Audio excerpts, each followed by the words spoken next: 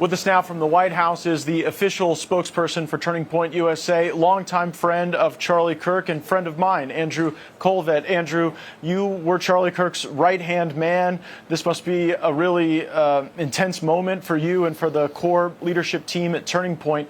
What's Turning Point's message to the country and the world?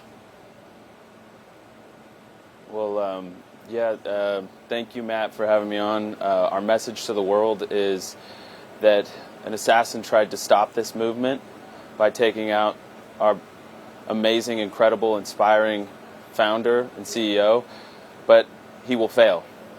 And this movement will grow, Turning Point will grow, and we refuse, as Erica said in her address just a few days ago, we refuse to let this evildoer snuff out any of the bright light that was Charlie Kirk and that is his legacy and is his message to the country and really, Matt, to the world. Erica gave a remarkable speech. What struck me was that she didn't just say an evildoer, she talked about evildoers, and she also did not blame the political left. She, I think, was quite reserved in that.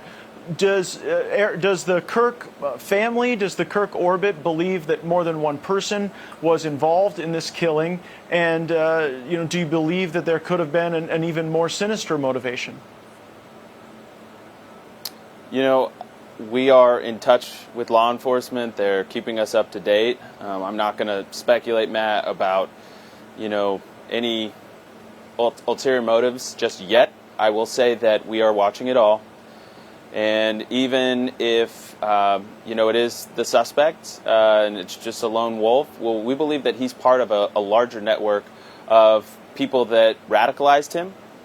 And we believe that there were people that knew about it, apparently, in advance, and we are going to get to the bottom of it.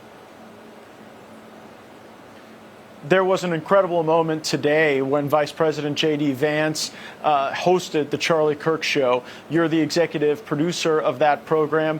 Talk about what it was like to have the Vice President there giving such a moving testament to Charlie Kirk and what the plans are for the show going forward.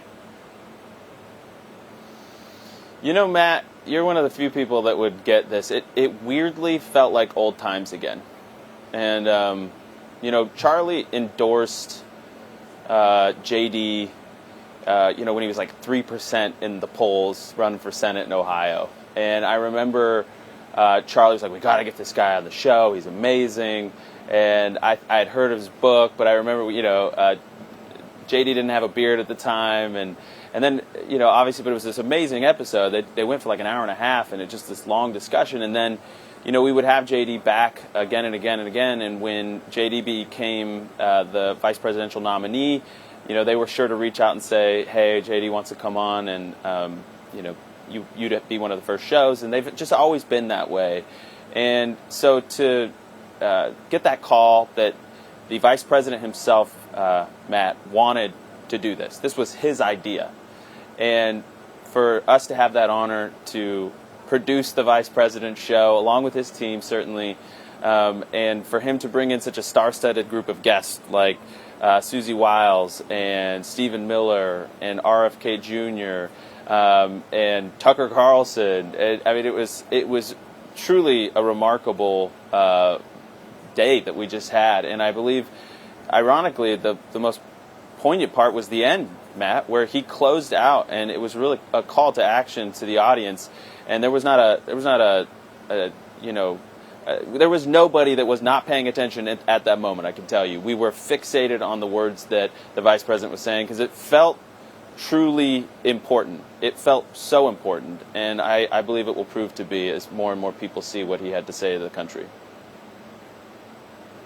People do seem to be inspired to action, attending church on Sunday, getting involved politically, starting new chapters. Can you give us an update how many requests Turning Point has gotten to start new chapters? And we also hear you've had a remarkable outflow of financial support to continue Charlie's legacy with boots on the ground, fighting for electoral victories.